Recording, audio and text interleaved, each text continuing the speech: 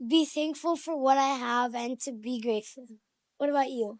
Mga netizens humanga sa talino at galing sa pag-iingles ni Zia Dantes, anak ni Marian at Dingdong.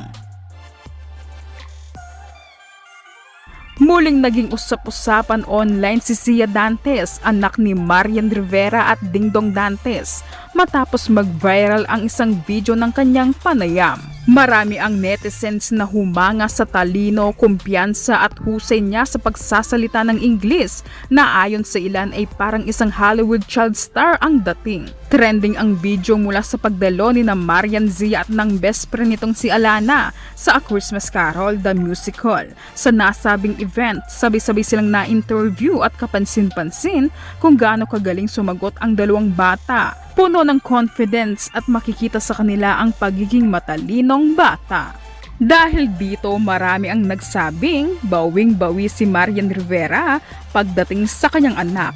Bagamat may ilang pumupuna noon sa Ingles ng aktres, ibang-iba naman si Zia na natural at ayon sa netizens, halatang mahusay ang naging pagpapalaki sa kanya at sanay itong makipag-usap sa publiko.